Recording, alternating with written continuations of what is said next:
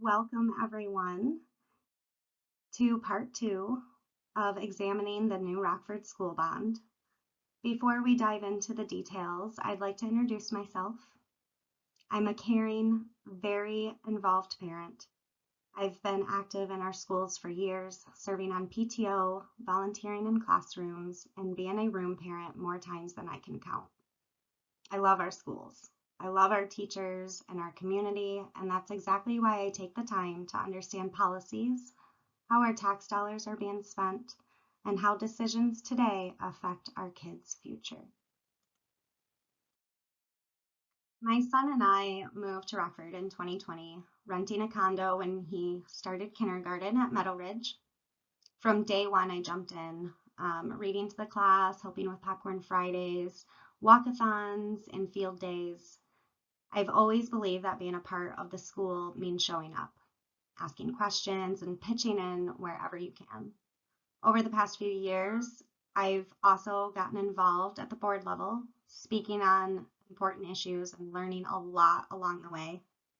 In 2021, I spoke up against mask mandates and the denial of health and religious exceptions. In 2023, I started raising concerns about the new academic calendar that started in the middle of August and increased our early release days from 8 to 18. I met with Mike Graham. I learned a lot about professional learning communities, something that the school's teachers do for collaboration, and I brought forward a petition with over 400 signatures. And I like to think, as a result of all that, we do have a more balanced calendar now. Also in 23, I purchased our home on Summit, but kept my son at Meadow Ridge so he could stay with his friends, not knowing that redistricting was right around the corner. So in 2024, I spoke again when the district rushed through that process and they were limiting in-district transfers. The board approved a last-minute map change that kept one neighborhood at Rockwood, showing that they could make changes. They just chose not to for everyone else. After redistricting, we chose school of choice again, so my son could stay with his friends over at Parkside, and it was a great experience. Parents were encouraged to volunteer, and I became a room parent, helping with class parties, tutoring students, grading papers, decorating the school for March Reading Month. I ran Mileage Club for the entire school, and even coached my son's soccer team through community services. We ended the year strong, a fun carnival, a big year-end party, even a community reunion after learning in February that Parkside would no longer be an elementary school. That night, a group of parents came together and we became Organized Parkside.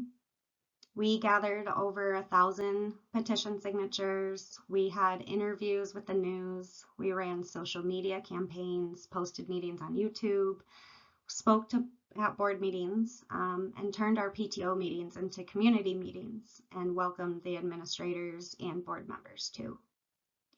Altogether, we gave 4 presentations, sent over 10,000 emails, and filed many FOIAs for information the school refused to release.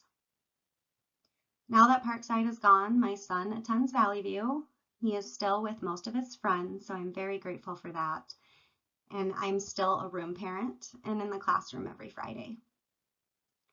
The staff has been wonderful, but the district leadership hasn't changed. They've been non-transparent about losing 136 students this year, teachers resigning right before the school year started, and quietly announcing a $230 million bond in the middle of summer.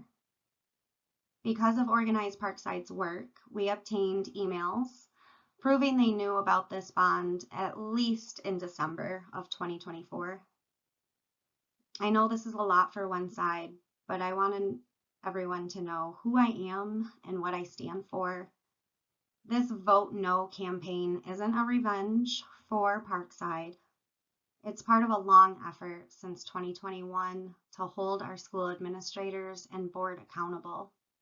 We elect the school board to hold the superintendent accountable, but so far, I've only seen a board that mostly says yes to everything without real discussion or due process.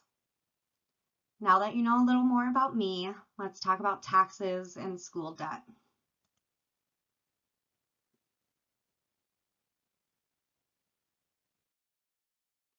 Did you know our school's debt millage is set to decrease next year? And if we don't add new debt, it'll continue to drop to 5 mils in 2027 and 4.25 mils in 2028. Calling this a 0 mil increase isn't accurate. This bond is a renewal and it's arriving 3 years early. Under former Superintendent Scheibler, the district decreased debt bonds from 8.5 down to 7 mils, and they redirected 0.5 mils to the building site and sinking fund, which is interest free. That was a smart move, saving taxpayers both money and interest. Now Dr. Matthews won't even allow a 10% decrease in the debt rate or reallocate more to the interest-free building site and sinking fund. We believe that since 2019, bonds and building site and sinking fund were meant to cover capital improvements for 10 years.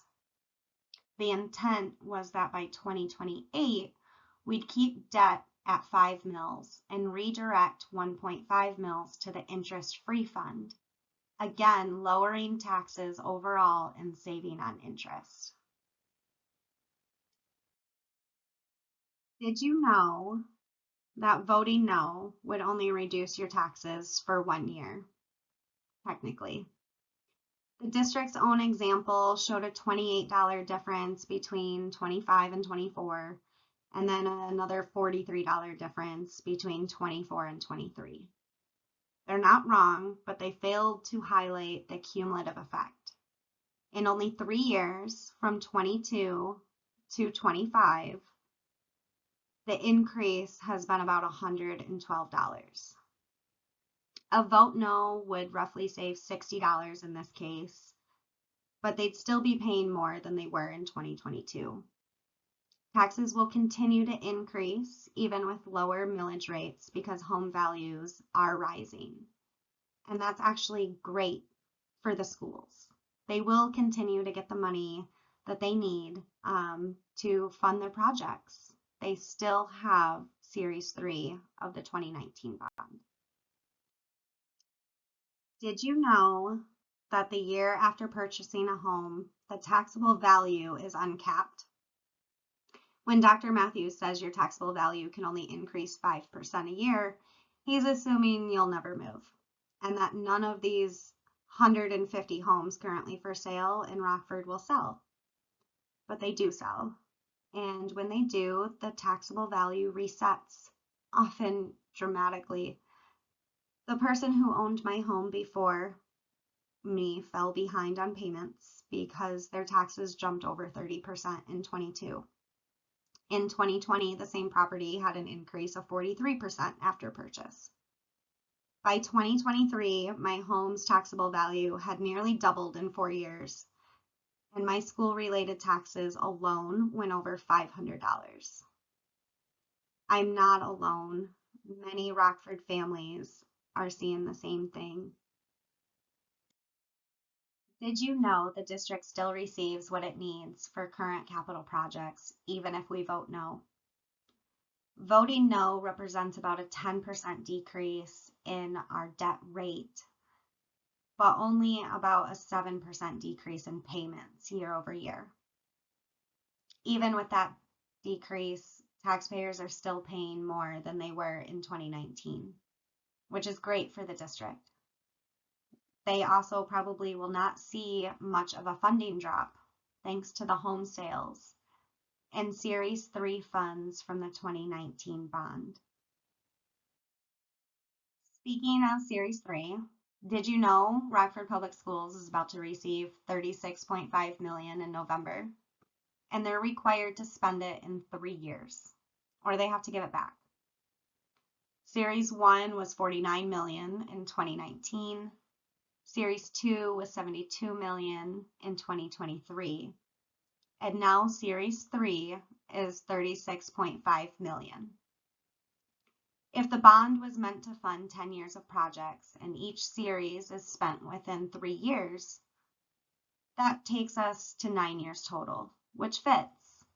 But if Series 2 funds were already gone and Series 3 isn't enough, why are they out of money so soon? Especially when security upgrades were listed in all 3 series, as well as in the building site and sinking fund. Why haven't safety projects like electronic door locks been completed?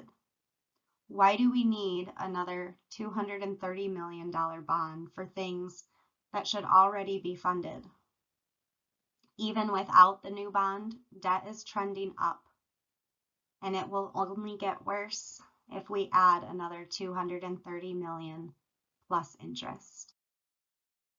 Did you know that bonds cannot be used for routine maintenance? Here's what we see in the audited financials. Operation maintenance costs have already been creeping up since 2019. The district says it's cheaper to build new spaces than maintain old ones. The more we build, the bigger our square footage is. And that means the higher costs for utilities, custodial work, and upkeep, all of which come from the general fund, the same fund that pays teachers and supports students in the classroom today. If we keep building, those costs will continue to increase, taking away from the day-to-day. I can't even imagine what the heating bill will look like for a 100,000 square foot indoor sports facility. To continue to build is just not fiscally responsible. Did you know the district has options? They could have reallocated taxes to an interest-free building site and sinking fund instead of taking on more long-term debt. We are at an inflection point since the law changed in 2023 to allow these funds to be used for student transportation. So why are we still trying to finance 7-year buses with 30-year loans? The building site and sinking fund can already cover roofs, boilers, HVAC systems, parking lots, technology, and security. Redirecting part of the debt millage could save the district millions in interest costs and consultant fees while maintaining flexibility. There's no 3 years to spend this money. It can accumulate and be used as needed. Instead of this bond, the district could have reallocated the mills to the sinking fund and grew it from 1.5 million to 4 million just next year. And that's with only a 3% growth estimate. But we know tax values are going up way more than 3%. This could fund security upgrades immediately. The district could finish the bus plan with the remaining 2019 funds and extend the bus replacement cycle to as needed instead of having to spend the bond money as required in every 3 years. This would have created a sustainable reserve for future needs. And we hope the district comes back with a reasonable proposal in May.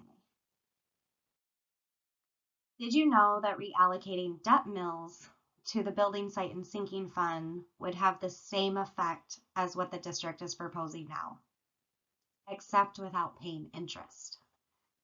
The district claims a 3-mill sinking fund would raise taxes. But that's not true if we did it in a phased-in approach, alongside the scheduled debt millage decrease. Taxpayers would see no increase in rate, while the district could keep funds flowing directly to the school instead of the bond companies. So, did you know the district missed its chance to add $2.5 million to the building site and sinking fund next year? If this current bond fails, we'll all see a tax rate decrease, one they'll likely never get back. Many have urged them to include a building site and sinking fund in the next proposal, because we will see one in May on the next ballot. Next year, 1.27 mills are set to retire. And if they reallocate to the sinking fund, it could generate about $6 million and potentially $9 million by 2028. This is an interest-free savings fund for maintaining what we already have. And it's a very smart choice. All right, so did you know only 16% of registered voters participated in the 2019 bond election, and just 10% voted yes? Rockford has roughly 35,000 registered voters, yet only about 7,400 students. If every student came from a one-child household, that'd be about 20% of our voters. The district times these special elections when there are no candidates on the ballot, keeping turnout low. The only communication has been to school families, not the broader community, which makes up roughly 80% of the tax base. They're betting on you not showing up. Being a good parent doesn't mean automatically voting yes. It means asking questions, doing research, and deciding what's truly best for our kids. Please don't leave this mess for our kids to clean up. Let's do our best now to ensure a better future for them. If you made it this far, thank you for listening. 5 community members came together to form Transparency for RPS Taxpayers. We're a registered ballot committee through the Kent County Clerk's Office, and we follow all campaign laws. If you'd like to learn more or ask questions or support our efforts, you can reach us on YouTube, Facebook, our website, or by email. Thank you all again, and please put it in your calendar right now to vote no on November 4th. Thank you.